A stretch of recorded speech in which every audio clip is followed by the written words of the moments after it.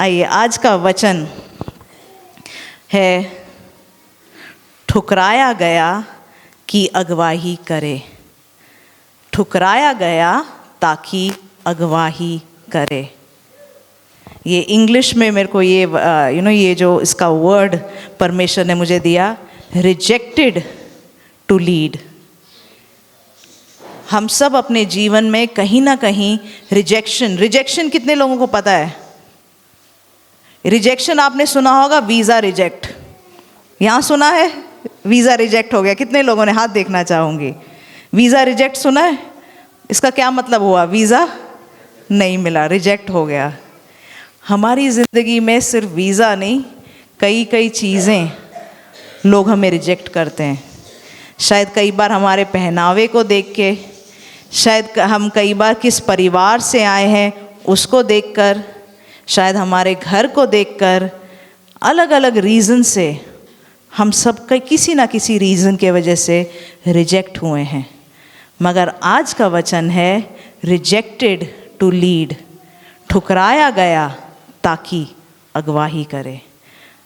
आपने रिजेक्शन इसलिए झेला क्योंकि परमेश्वर आपको लीडर बनाना चाहता है। परमेश्वर के राज्य में, मैंने आपको कई बार बोला, सब कुछ उल्टा चलता है।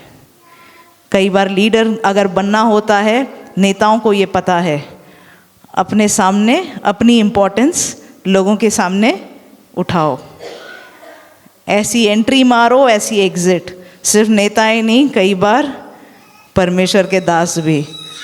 एंट्री भी कमाल की होनी चाहिए, एग्ज़िट भी कमाल की होनी चाहिए, फिर तालियां बजती हैं। मगर परमेश्वर के राज्य में उल्टा है। अगर परमेश्वर हमको अगवा बनाना चाहता है, लीडर बनाना चाहता है, पहले हमें रिजेक्शन से होके निकालता है। आमीन।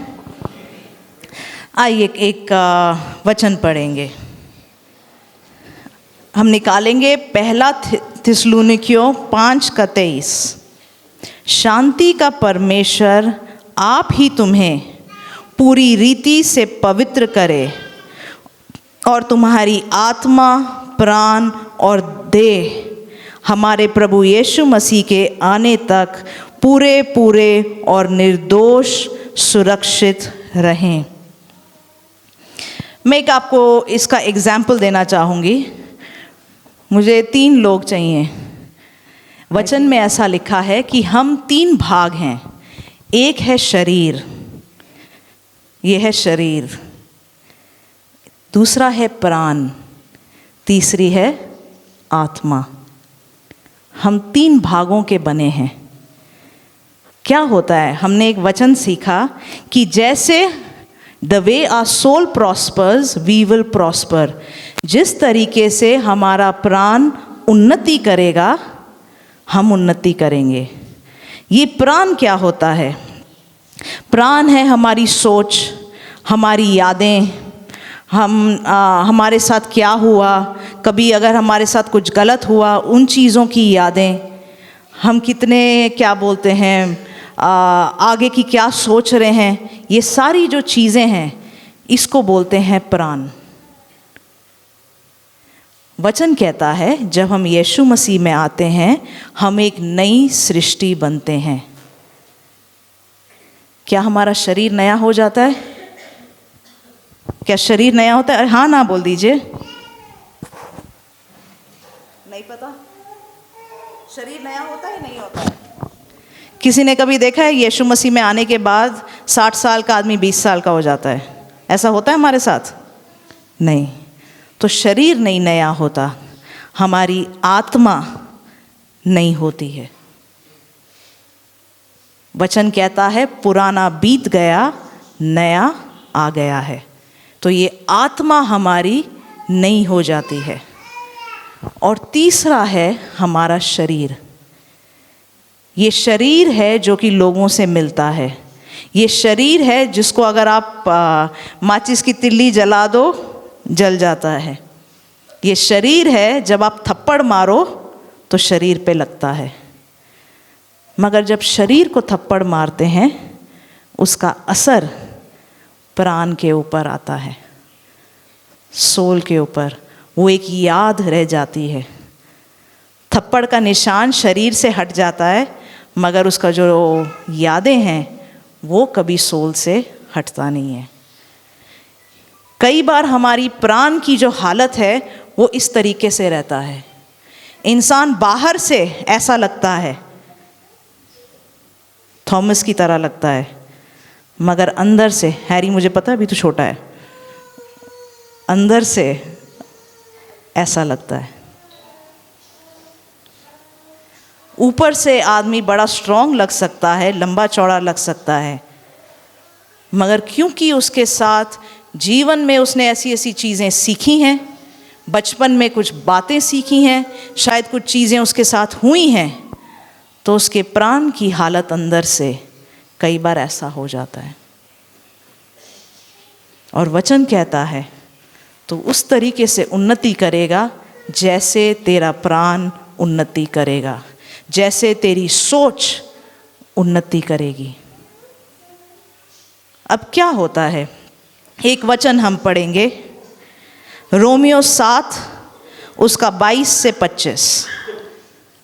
क्योंकि मैं भीतरी मनुष्यत्व से तो परमेश्वर की व्यवस्था से बहुत प्रसन्न रहता हूँ।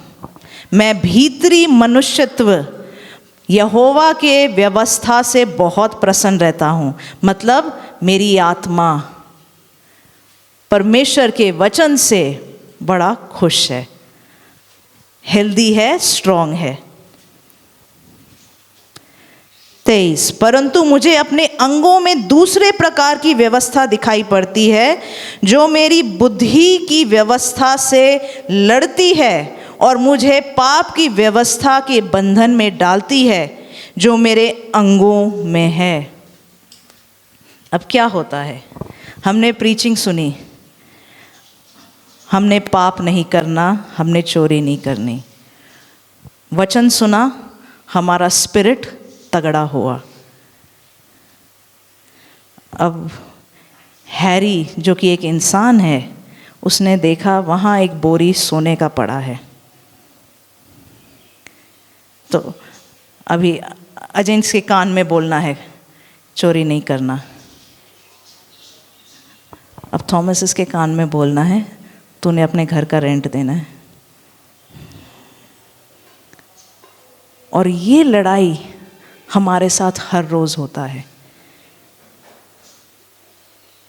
हम चाहते तो नहीं है पाप करना, मगर हमारा शरीर कराता है।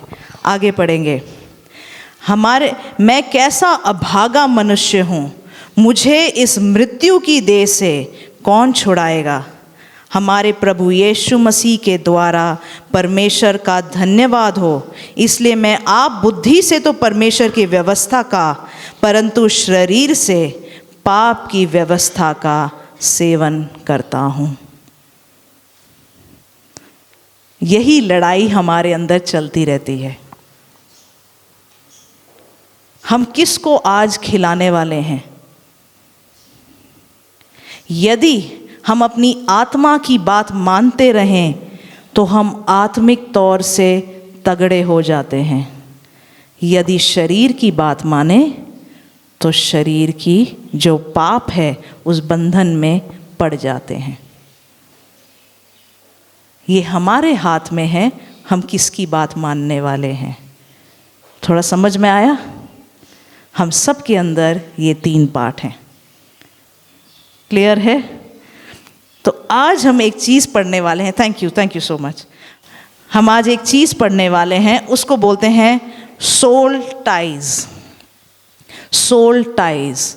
हम सब के अंदर ये प्राण है, जो सोच है, जो यादें हैं, ऐसी ऐसी बातें हैं, ये सब हमारे मन में।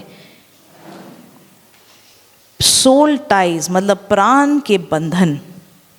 हमारे प्राण बंधे हुए हैं। आप अगर बचपन से देखें, एक बच्चा जब पैदा होता है वो अपनी माँ से बंधा हुआ होता है। माँ नहीं दिखती तो उसको दुख होता है। पिता को देखता है तो पिता को देखकर हंसता है, क्योंकि हम पैदा ऐसे हुए हैं कि हमारे जो प्राण है, जो सोच है, जो मन है, वो हमारे माता पिता से जुड़ी हुई है। इसके बारे में एक बार वचन में देखेंगे, उत्पत्ति जेनेसिस 44:30।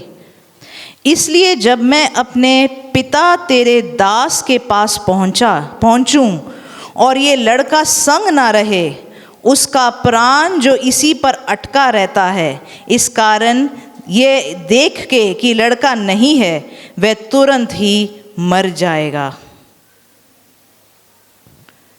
यहाँ पर बेंजामिन के बारे में और उसके पिता के बारे में बोलता है कि जब उसका जो पिता है वो देखेगा कि बेंजामिन साथ में नहीं है, यहाँ पे ये वचन कहता है उसका प्राण जो कि इस लड़के के साथ जुड़ा हुआ है, जब वो देखेगा कि बेटा साथ में नहीं आया है, वो तभी मर जाएगा। कई बार हम देखते हैं हस्बैंड वाइफ, अगर कोई एक का देहांत हो जाता है, हस्बैंड या वाइफ का, कुछ ही साल में दूसरा भी गुजर जाता है। ये कई बार उस केसेस में होता है जहाँ पे बड़ा प्यार, बड़ा लगाव होता है और उनकी जो प्राण है वो बंधे हुए हैं। कि जब कोई एक मर जाता है, उनका दिमाग उनके साथ ऐसा बंधा हुआ है कि जब दूसरा है नहीं, वो उसके अलावा सोच ही नहीं सकता है। ऐसा ही बोलते हैं जब लोगों को प्यार हो जाता है, दिमाग वहीं पे चलता रहता है, वो भी क्या कर रहे होंगे, खाना खा रहे होंगे, क्या खाया, दिमाग वहीं चल रहा है। बैठे यहाँ पे हैं मगर दिमाग वहाँ चल रहा है, वो मॉल में घूम रही होगी। इसको बोलते हैं प्राण बंधा हुआ। जैसे जैसे इंसान बड़ा होता है, उसकी जो सोच है, प्राण है, वो बनता जाता है। उसके साथ कुछ गलत होता है तो वो उसके प्राण पे एक निशानी छोड़ जाता है। इस तरीके से हम सबकी पर्सनैलिटी बनती है। हम जिस जगह पे बड़े होते हैं, उस जगह के जो आदतें हैं, बातें हैं, वो हमारे अंदर आता है। आप अगर एग्जाम्पल देखें, आप अगर बाहर देश में जाएं, आपको देखकर बोल देंगे ये तो भारतीय है, मगर भारत में जब आओगे, हमारे रहन सहन, बोलचाल, कपड़ों को देखकर, सोच को देखकर लोग बताते हैं अच्छा ये तो महाराष्ट्र से है, ये तो पंजाब से है, ये तो केरल से है। हमारी एक तरीके की सोच बन गई है। जैसे मैं बता रही थी पास्टर को, यहाँ पर पंजाब में लोगों को बड़ा, जैसे बाहर से, जैसे कोई और स्टेट से भी कोई आए, उनके साथ बड़ी दोस्ती के साथ अच्छे से मिलते हैं। कई बार ये बाकी स्टेट्स में ऐसा नहीं होता है,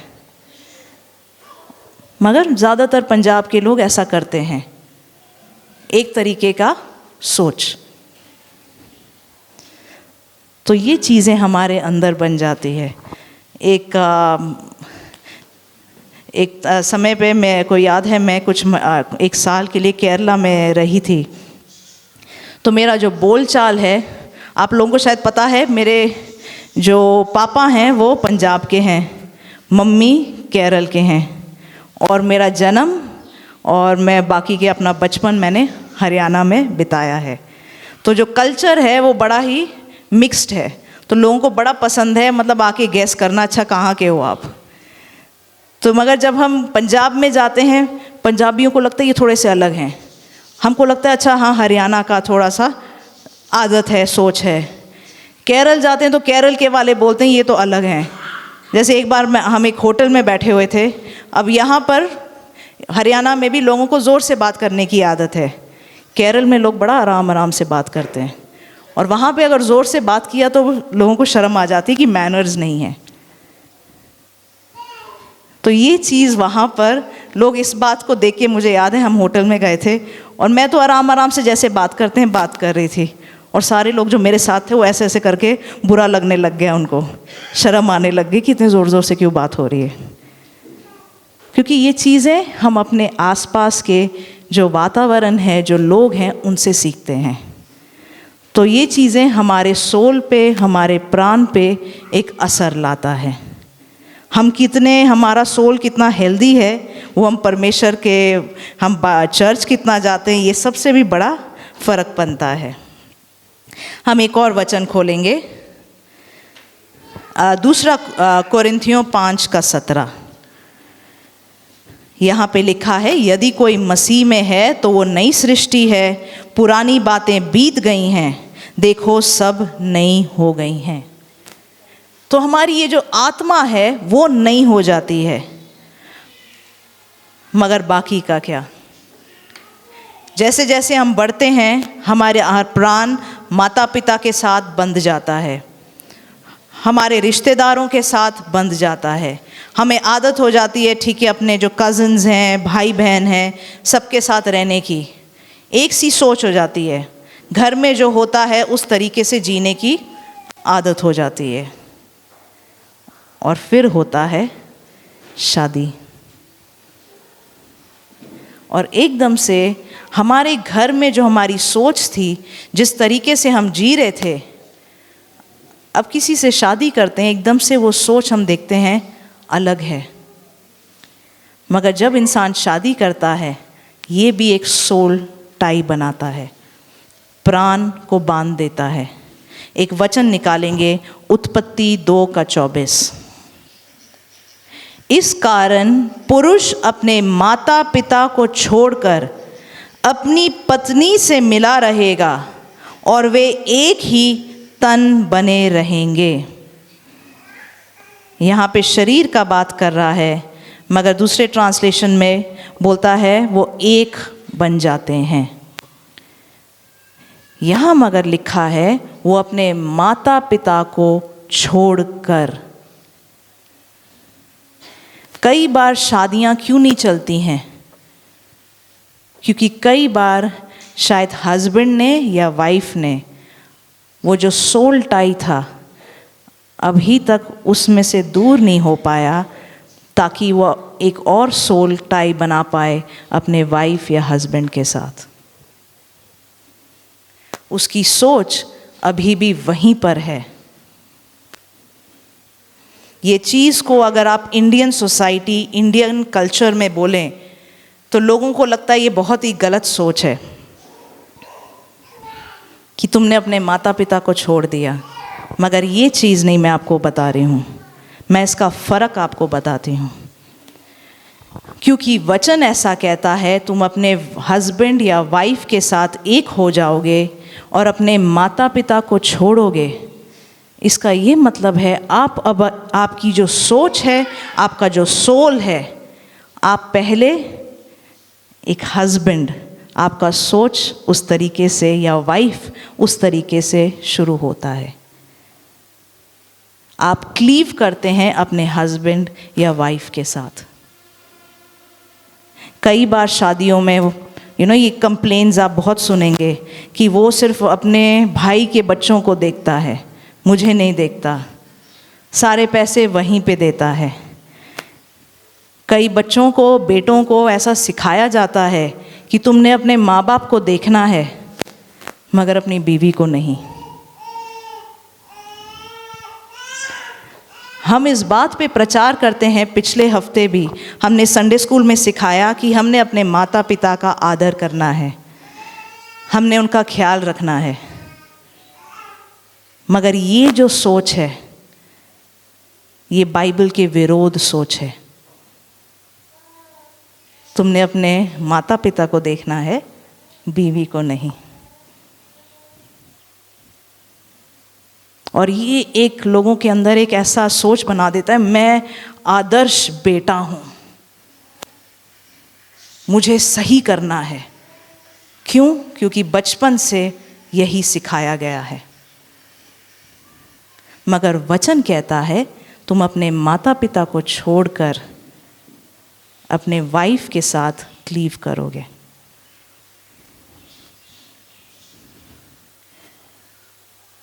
उसके बाद बनता है हेल्दी फैमिली। इससे पहले कि और शांति हो जाए, मैं अगला वचन बताती हूँ। 1 तिमोथी 5:8। यहाँ ऐसा लिखा है, पर यदि कोई अपनों की और निज करके अपने घराने की चिंता ना करे तो विश्वास से मुकर गया है और अविश्वासी से भी बुरा बन गया है। जो अपने परिवार की चिंता ना करे, खासकर अपने घराने की, वो अविश्वासी से भी बुरा बन गया है। हमने अपने घराने की, अपने माता पिता की, अपने भाई बहनों की, अपने बच्चों की चिंता करना है और ख्याल रखना है। और अगर नहीं करते, वचन कहता है अविश्वासी से भी बुरा बन गया है। इसका फर्क आप समझ रहे हैं? ये एक चीज़, एक बैलेंस होता है। कई बार लोग शादी करने के बाद, जो वाइफ है वो पति को बोलती है पैसे या अपने माँ बाप का ख्याल नहीं रखना, उनके लिए कुछ नहीं देना। क्यों? क्योंकि अब हमारी शादी हो गई है। ये बैलेंस होना चाहिए। हमने अपने पेरेंट्स का भी और अपने वाइफ और बच्चों का भी, या अपने हस्बैंड और बच्चों का भी ख्याल रखना है। और अगर नहीं करें तो अविश्वासी से भी बुरा। आज अगर आपके भाई या बहन या आपके माता पिता किसी ज़रूरत में हैं और हम उनके लिए कुछ नहीं कर रहे, तो वचन कहता है यह अविश्वासी से भी बुरा बर्ताव कर रहे हैं हम। मगर वचन जो मैंने आपको पहला वचन बोला, लीव एंड क्लीव, जो हमारी सोल है, वो माता पिता से अलग होके अपने वाइफ या हस्बैंड के साथ जुड़ता है। फर्क समझ में आ रहा है आपको? यस। एक हेल्दी फैमिली अगर देखना है, अगर दोनों हस्बैंड वाइफ साथ में एक टीम होने के लिए परमेश्वर ने बुलाया है, और अगर दोनों एक दूसरे का ख्याल रखें, और ये जो दूसरा वचन कहता है अपने परिवार का ख्याल रखो, तो उस घर में आती है शांति और आशीष। ये मुझे पता है इंडियन सोसाइटी की सोच से अलग है, मगर ये परमेश्वर का वचन ऐसा कहता है। इंडियन सोसाइटी की सोच से बचने के लिए कई बार लोग कहते हैं मैंने शादी कर ली, अब मतलब पीछे देखना भी नहीं, अपने माता पिता को देखना नहीं, वहाँ पैसे नहीं भेजने, नहीं, हमने देखना है, हमने करना है। आमीन। देखिए, ये जो सोल टाइज हैं ये तब इतनी ज़रूरी हो जाती हैं जब कई बार एक इंसान शादी में घुस तो जाता है, मगर उसका जो सोल है, जो प्राण है, अभी भी अपनी गर्लफ्रेंड, अपने बॉयफ्रेंड के साथ बंधा हुआ है। तो शादी करने के बाद हमेशा यही सोच रहता है, अच्छा इसने तो मुझे आज डोसा खिलाया, मसाला डोसा, ये तो हफ्ते में एक बार खिलाता है, मोंटी तो मुझे हफ्ते में 3 बार खिलाता था। पति आता है, मुझे प्रमोशन मिल गया, मेरी सैलरी 10,000 से 15,000 हो गई। अच्छा, मोंटी तो 25 कमा लेता था। मुंह पे नहीं बोलते, दिमाग में सोचते हैं। और बेचारा पति दुखी रहता है, मेरी बीवी मेरे से कभी खुश ही नहीं रहती, क्योंकि वो क्या कर रही है, हर बात को मोंटी के साथ दिमाग में कंपेयर कर रही है। वचन कहता है अगर हमने गलत तरीके से किसी के बारे में सोच भी लिया, वो व्यभिचार है। तो कई बार लोग शादियों में रहने के बाद भी किसी और के बारे में सोच रहे हैं, और वो व्यभिचार की आत्मा तभी अटैक करती है। कई बार लोग इस चीज़ को एक पावर की तरह ले लेते हैं, मतलब पत्नी जो कर ले, पति खुश नहीं। आज मैंने आपके लिए मटर पनीर, वो भी शाही वाला बनाया है, हाँ ठीक है, रख दो वहाँ पे, तुमने मिर्च भी ठीक से डाला नहीं होगा। हमें लगता है ये हमारा पावर है, हम अपने हस्बैंड या वाइफ को नीचा दिखा रहे हैं, तो हम ऊपर हो गए हैं।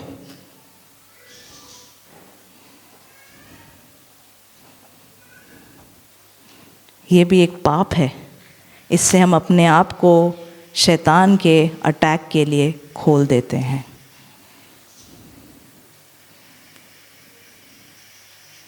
आज हम प्रार्थना करें, परमेश्वर अगर ऐसा कोई अभी भी मेरे दिमाग में चलता है जिससे मैं कंपेयर करती हूँ या करता हूँ, मेरे दिमाग से उसको हटाइए। कई लोगों की शादियाँ क्यों नहीं होती? उन्होंने कभी अपने मन में या किसी और के साथ वाचा बांध ली है, मैं शादी करूँगी तो तेरे से ही करूँगी, नहीं तो किसी और से नहीं करूँगी। बाद में ये लड़का जाके किसी से शादी कर लेता है और लड़की सालों साल किसी को ढूंढ रही है, शादी नहीं हो रही है। क्यों? क्योंकि आत्मिक रेल्म में उसने ऑलरेडी वाचा बांध ली है, उसके प्राण का बंधन हो गया है, उसका सोल टाई हो गया है। तो वो प्रार्थना करती रहती है मगर आत्मिक जगह से उसके लिए आशीष आ नहीं पाती।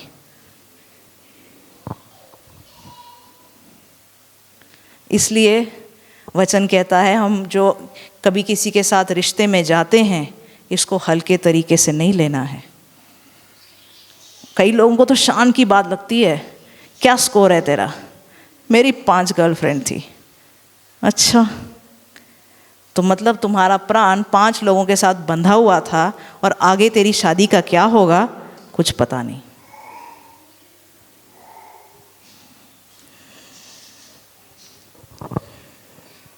आत्मिक बंधन।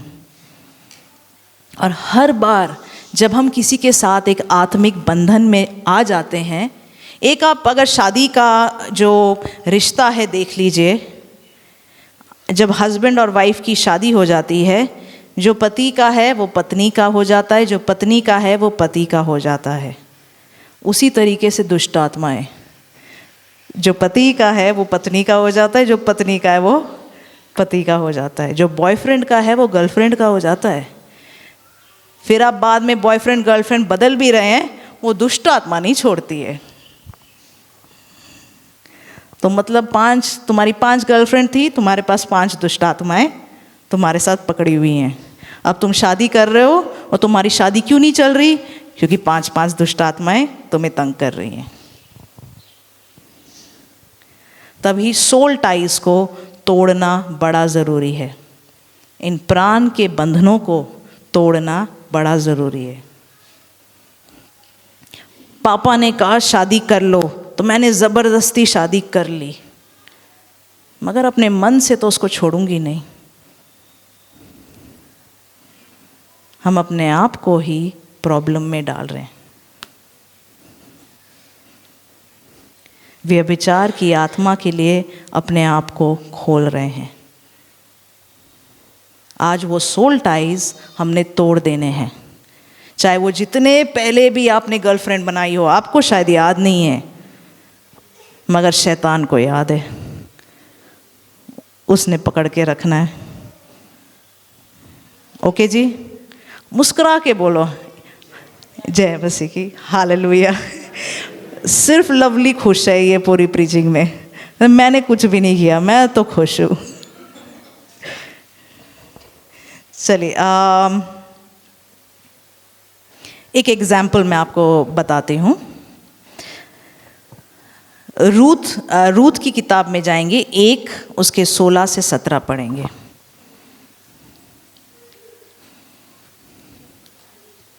आज अगर जिनकी शादियां नहीं हो रही, पिछले जिन भी गर्लफ्रेंड बॉयफ्रेंड के बारे में अभी भी सोच रहे हो, उसके साथ नाता तोड़ो। ये कहानी है रूथ की। रूथ और उसकी सास का नाम था नेओमी। नेओमी की 2 बहुएं थी, एक थी ओपरा और दूसरी थी रूथ।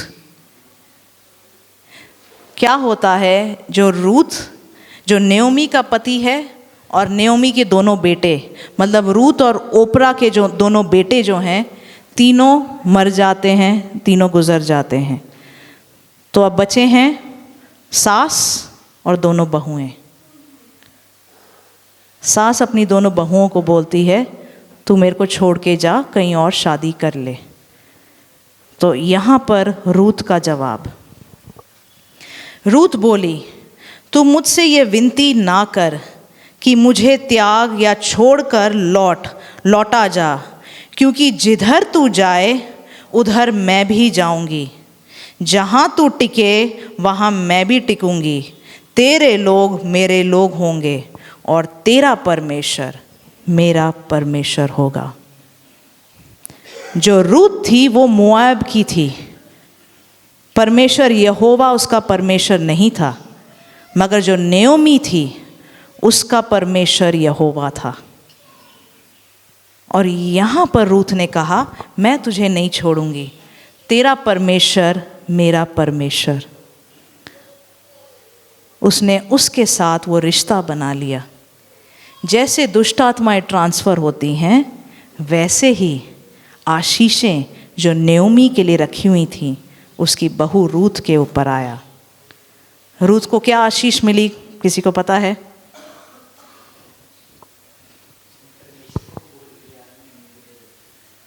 जोर से बता। हाँ, परमेश्वर को कबूल किया। और आगे क्या आशीष मिली उसको? नयोमी को मिला। रूत को क्या मिला? बोएज मिला। बोएज मिलने के वजह से क्या हुआ? यीशु मसीह के वंशावली में आई, उसकी पर दादी बनी। एक अन्य जाति से आई हुई औरत, उसने क्योंकि एक ऐसी औरत का साथ पकड़ लिया जो परमेश्वर को मानती थी, ऐसी औरत यीशु मसीह के वंशावली में आई। तो सोल टाइज का ये मतलब नहीं है अपने माता पिता को छोड़ो, अपने सास ससुर को छोड़ो। सोल टाइज का मतलब है जैसा परमेश्वर का वचन कहता है वैसे रिश्ते निभाओ, उससे आशीष आती है। आमीन। आइए हम थोड़ा सा अब्राहम की ज़िंदगी को पढ़ेंगे। उत्पत्ति 12:1-5। क्या हम परमेश्वर की आवाज़ सुन रहे हैं? रूत ने एक चुनाव सही किया कि जहाँ परमेश्वर था वो वहाँ गई और वो यीशु मसीह के वंशावली में आई।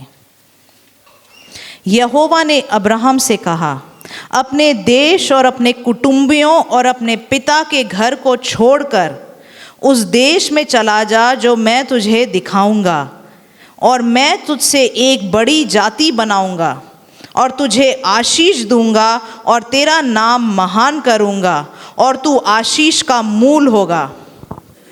जो तुझे आशीर्वाद दें उन्हें मैं आशीष दूंगा और जो तुझे कोसें उन्हें मैं शाप दूंगा, और भूमंडल के सारे कुल तेरे द्वारा आशीष पाएंगे। यहोवा के इस वचन के अनुसार अब्राहम चला और लूत भी उसके संग चला। और जब अब्राहम हरान देश से निकला उस समय वह 75 वर्ष का था। इस प्रकार अब्राहम अपनी पत्नी और अपने भतीजे लूत को और जो धन उन्होंने इकट्ठा किया था और जो प्राणी उन्होंने हारान में प्राप्त किए थे, सबको लेकर कनान देश में जाने को निकल चला और वे कनान देश में आ गए। परमेश्वर ने उसको कहा, तू अपने घर को घराने को छोड़कर निकल जा। कई बार परमेश्वर हमें आशीषित करने से पहले कई गलत सोल टाइज को तोड़ता है। वो नहीं चाहता कि हमारा जो परिवार है, अगर मूर्ति पूजा में है, अगर गलत विश्वास में है, अगर गलत तरीके से ज़िंदगी जीते हैं, अगर हम उसी में बने रहें तो हम आशीष नहीं पाएंगे। क्योंकि जिनके बीच और जिनके साथ हम बने रहते हैं वही स्पिरिट हमारे ऊपर ट्रांसफ़र करता है। हम उसी तरीके से ज़िंदगी बिताते हैं। तो कई बार क्या होता है, क्यों हम रिजेक्ट होते हैं? क्योंकि परमेश्वर हमको आशीष देना चाहता है। क्योंकि वो नहीं चाहता कि हमारी हालत, आजा हैरी, हमारी हालत ऐसी हो। क्योंकि शायद हैरी के, मैं उदाहरण दे रही हूँ, हैरी के घराने में सब एक दूसरे को कुत्ते क्या कर रहा है बोलते हैं, शायद हैरी के घराने में एक दूसरे से पैसे चोरी करके छुपाते हैं। शायद हैरी के घराने में जो बाप है वो माँ को आदर नहीं दिखाता है, शायद माँ को पीटता है। मगर अगर हैरी अभी भी सोचे कि मैं इसी घर में रहकर परमेश्वर की भी आशीष पाऊँ, मैं अपनी बीवी को भी इसी सोच में लेके आऊँ, तो आशीष मिलना बड़ा मुश्किल है। तभी कई बार हमारी फैमिली जब हम परमेश्वर में बढ़ते हैं हमें ठुकराने लगते हैं, अपने आप को बड़ा आत्मिक समझता है, या हमारी सोचें, हमारी फैमिली या जिन इलाके से हम आए हैं, जो लोग परमेश्वर में नहीं बने हैं, वो हमें ठुकराते हैं। शायद जिन दोस्तों के साथ, जो दोस्त हर शाम को जाके क्या अड्डे पे, यहाँ पे क्या बोलते हैं, अड्डे पे मिलते हैं, कहाँ मिलते हैं, हाँ कहाँ पे डिस्कशन हो रही है अभी, कहाँ, सुए पे मिलते हैं। तो सारे जो दोस्त हैं सुए पे मिलके क्या खेलते हैं, ताश खेलते हैं। कहाँ पे खेलते हैं, थाने पे, थरे पे खेलते हैं। अच्छा, थरे पे ताश खेलते हैं, सुए पे क्या करते हैं, नशा करते हैं, ऐसे ही बैठते हैं। अच्छा,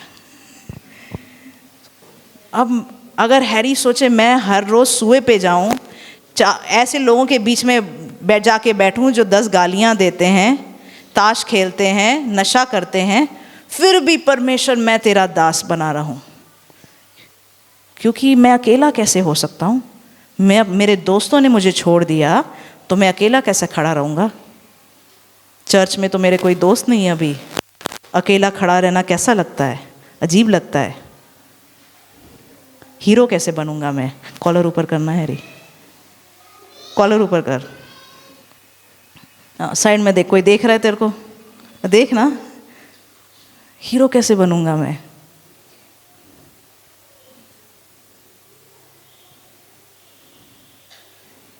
अच्छा नहीं लगता ना रिजेक्शन।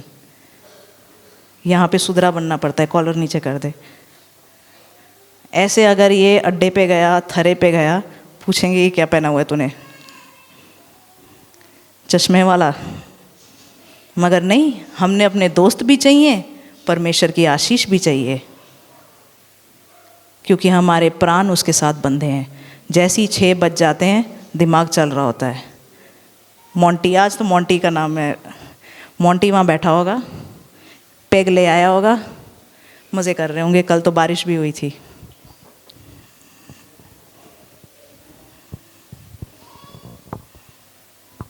चलता है ना, क्योंकि हमारी प्राण उसके साथ बंधे हुए हैं। अगर एक दिन घर पे बैठ गए, 7 बज गए, अभी तो सब बैठ के हंस रहे होंगे, किसी को चिढ़ा रहे होंगे। क्यों? क्योंकि प्राण बंधा हुआ है। ऐसा ही परिवारों के साथ, दोस्तों के साथ होता है। लड़कियों ने, मैं कैसे उस ग्रुप को छोड़ दूं, अभी तो वो उसकी चुगली करके सारी लड़कियां हंस रही होंगी, 4 लड़कों से पैसे मार लिए होंगे, पार्टी कर रहे होंगे, मैं यहाँ बैठी हुई हूँ चर्च में बैठ के तालियां बजा रही हूँ। दुख होता है ना।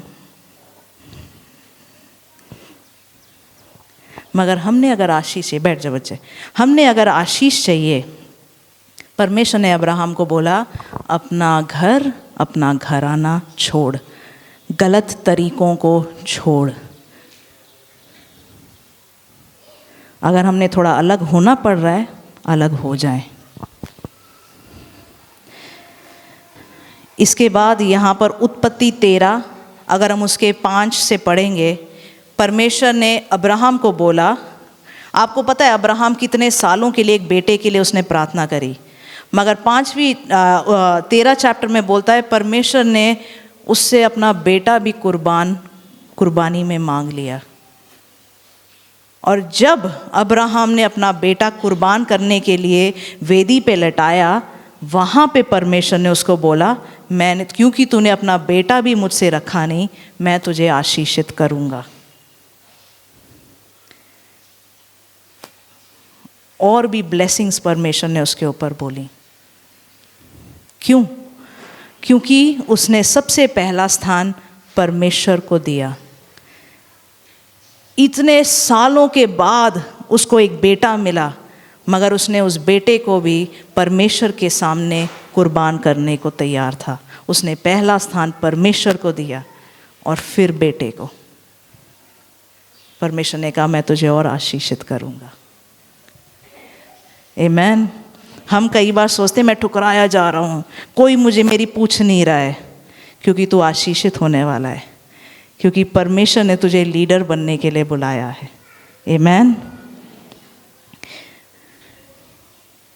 उत्पत्ति के 22 में भी आप ये सब आप घर जाके पढ़ सकते हैं। अगर हम एक दो वचन हम अगर आप बाइबल में हम पढ़ेंगे उसको बाद में, ये यीशु मसीह के बारे में भी बोलता है, कैसे परमेश्वर यीशु मसीह ने भी अपने परिवार के साथ एक समय पे वो अलगाव को बनाया। उत्पत्ति 50 उसका 19 से 21 पढ़ेंगे। यूसुफ ने उनसे कहा, ये वचन पढ़ने से पहले मैं इसकी थोड़ी सी कहानी बता दूं। जो यूसुफ था उसका पिता उससे बड़ा प्यार करता था। यूसुफ उसके पिता के उसके कई भाई थे यूसुफ के, मगर फेवरेटिज्म वो यूसुफ को दिखाता था। उसके लिए एक रंगीन कोट भी बना के दिया। तो उसके भाई जो थे उससे थोड़े अलग थे, उससे जलते थे। तो ये कहानी उसके बारे में है। आपको पता है यूसुफ को एक गड्ढे में डाल दिया और उसके बाद यूसुफ को बेच दिया। ये था चालू ग्रुप भाइयों का।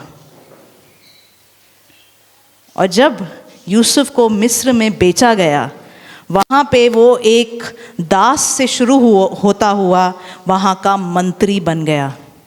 और जब इज़राइल में फैमिन पड़ा, जब इज़राइल में खाने की कमी थी, तब उसके पूरा परिवार यूसुफ के वजह से मिस्र में आया और उनके पास खाना था। वो यूसुफ के वजह से बचाए गए। जो यूसुफ था, परमेश्वर उसको एक सपना दिखाया कि तुम इस तारों की तरह परमेश्वर तुझे ऊपर चढ़ाने वाला है, अपने भाइयों के ऊपर बिठाने वाला है। ये प्रॉमिस है जो कई बार हमको क्या बोलते हैं, परमेश्वर द्वारा जो प्रोफेसी मिलती है, भविष्यवाणी मिलती है, परमेश्वर तेरे को बड़ा खड़ा करने वाला है, इस्तेमाल करने वाला है, देशों देशों में लेके जाने वाला है। तो यूसुफ को भी प्रोफेसी मिली, मगर उसके बाद क्या हुआ? उसको एक गड्ढे में फेंक दिया, उसके भाइयों ने उसको बेच दिया। परमेश्वर ने एक्चुअली ये प्लान किया था। कई बार हम सोचते हैं घर में भी ग्रुप्स बन जाते हैं भाई बहनों का, और ज़्यादातर जहाँ गलत करते हैं वहाँ भाई बहनों के ग्रुप्स ज़्यादा अच्छे बन जाते हैं।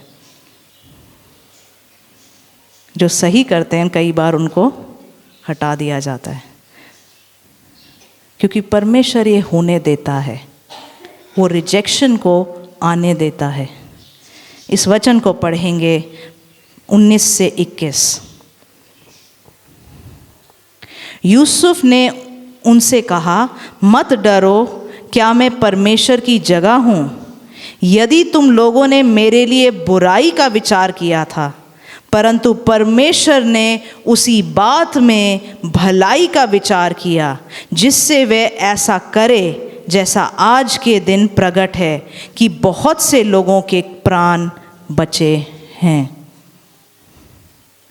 कई बार जब हमें ठुकराया जाता है, या परमेश्वर जब हमें कहता है कि अपनी ज़िंदगी को जैसा हमारा परिवार जी रहा है, वो अलग अलग बातों में बैठता है, पूजाओं में कई बार मुश्किल होती है कि हम नहीं करेंगे, शादी में नहीं करेंगे तो कैसे होगा? कोई अगर गुजर गया उनके वहाँ नहीं जाएंगे तो कैसे होगा? पूरा परिवार छोड़ देगा। मगर ऐसा हालत यूसुफ का, अब्राहम का भी हुआ। मगर क्योंकि वो अलग किए गए, मगर जहाँ परमेश्वर उनको ले गया, परमेश्वर ने उनको अपने ही परिवार के लिए आशीष का कारण बनाया।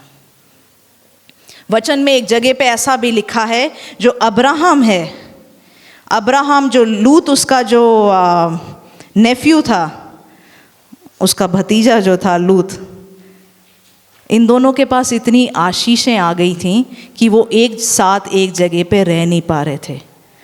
तो अब्राहम ने लूत को कहा, तुझे जो जगह पसंद है तू ले ले, मैं दूसरी तरफ चला जाऊंगा। वचन कहता है जब लूत अलग हो गया, परमेश्वर ने अब्राहम को फिर से आशीष देने का वायदा दिया। क्यों? क्योंकि फिर से अब्राहम ने आशीष की जगह परमेश्वर की शांति चुनी। हम कई बार, मैं ये चीज़ एक्चुअली वेडनेसडे को प्रचार कर रही थी, ट्यूसडे को, हम कई बार एक ही जगह पे फंसे रहते हैं कि जब इस घर में मेरा भी हिस्सा है, ये घर जब बिकेगा, मेरे माता पिता जब गुजर जाएंगे, घर बिकेगा, इसमें से 10, 20, 30 लाख, 1 करोड़, 2 करोड़ मेरे को मिलना है। तो चाहे भाई एक दूसरे के बाल खींच रहे हों, कभी किसी को मतलब गला काट लिया हो, कुछ भी कर लिया हो, एक छत के नीचे से हटते नहीं हैं। क्या वो भाई भाई का प्यार है या पैसे का प्यार है? यहाँ अब्राहम ने लूत को जो चाहिए था लेने दिया, क्योंकि वो जानता था परमेश्वर मुझे आशीष देगा।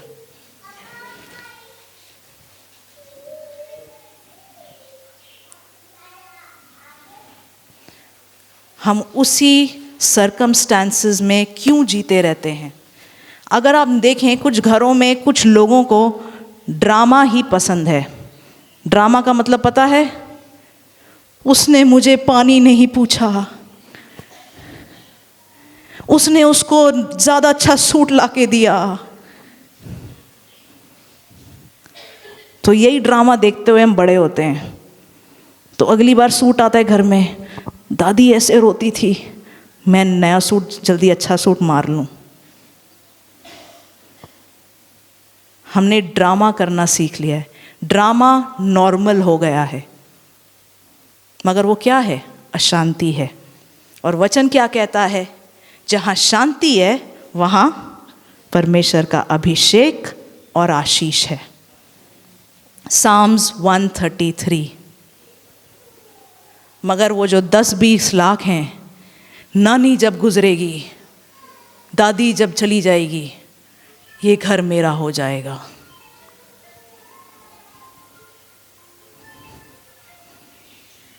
दादी पानी पियोगे? दादी पानी नहीं पी रही है, मेरा होने वाला है।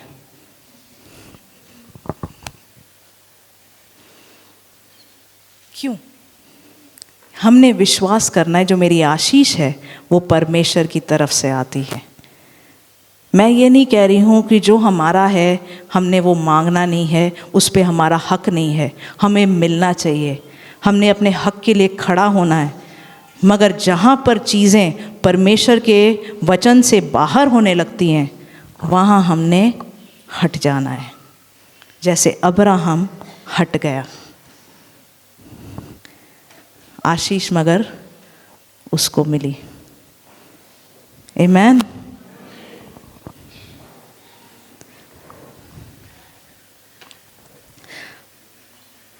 हम अगर याकूब की भी कहानी देखें, उसके बारे में भी लिखा है कि उसको भी आशीष तब मिली, परमेश्वर ने उससे पूछा तेरा नाम क्या है?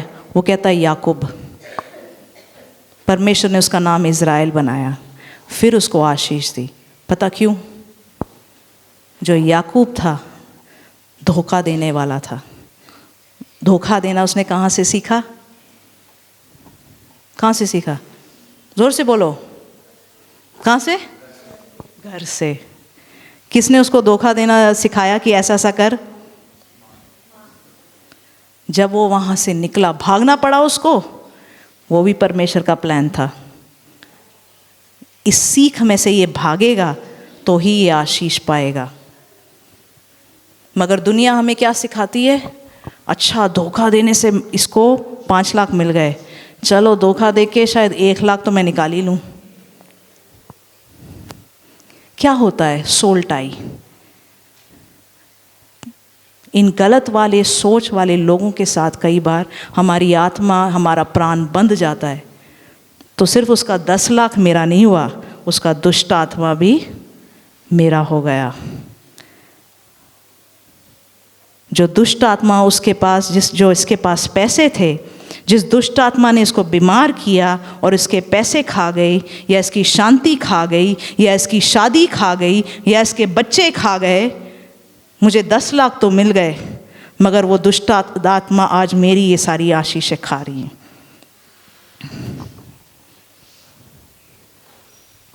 हमने अपने परिवार वालों का ख्याल रखना है, वचन कहता है, मगर हमारी प्राण उनके साथ बंधे नहीं होने चाहिए। सबसे पहले परमेश्वर। मत्ती 6:24 ऐसा लिखा है, कोई मनुष्य 2 स्वामियों को की सेवा नहीं कर सकता, क्योंकि वो एक से बैर और दूसरे से प्रेम रखेगा, या एक से मिला रहेगा और दूसरे को तुच्छ जानेगा। तुम परमेश्वर और धन दोनों की सेवा नहीं कर सकते। हमने एक चुन लेना है। हम किसकी सुनते हैं? फिर से बैलेंस। हमारा जो बंधन है वो पैसे के साथ नहीं, परमेश्वर के साथ होना है। हम परमेश्वर के राज्य को खोजेंगे, आशीषें आएंगी, मगर हम किसकी सुनते हैं?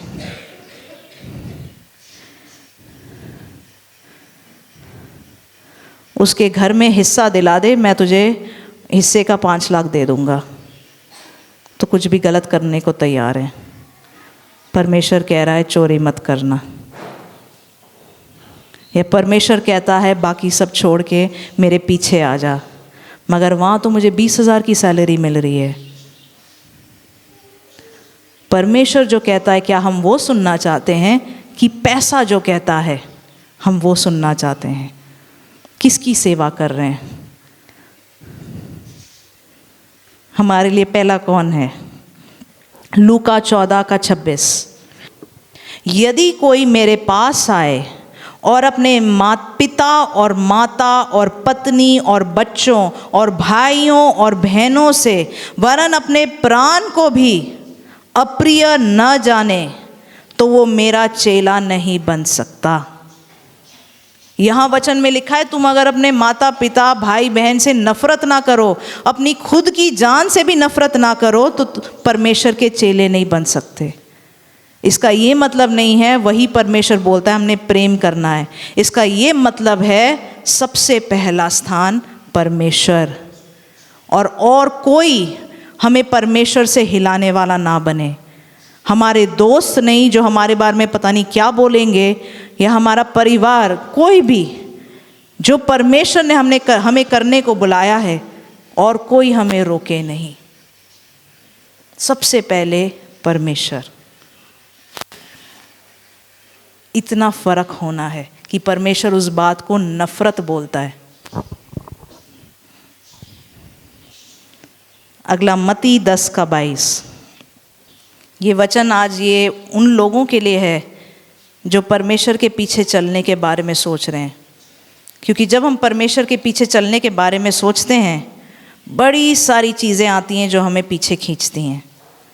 आज आपको चुनाव करना है कि आप क्या चुनोगे, परमेश्वर या किसी और चीज़ को। मेरे नाम के कारण सब लोग तुमसे बैर करेंगे, पर जो अंत तक धीरज धरे रहेगा उसका उद्धार होगा। आज भी लोग अगर आपसे नफरत करेंगे क्योंकि आप उनको पता चल गया आप क्रिश्चियन हो गए हो, आप चर्च जा रहे हो, तो ये होना ही है। और आपने परमेश्वर को वो पहला स्थान देना है। ये कोई ऐसी बात नहीं है कि अजीब बात हो गई है, मगर आपने अंत तक परमेश्वर को पकड़े रहना है।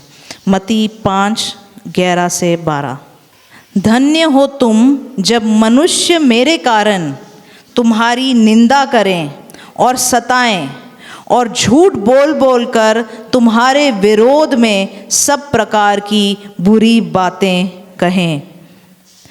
तब आनंदित और मगन होना, क्योंकि तुम्हारे लिए स्वर्ग में बड़ा फल है, इसलिए कि उन्होंने उन भविष्यवक्ताओं को जो तुमसे पहले थे इसी रीति से सताया गया।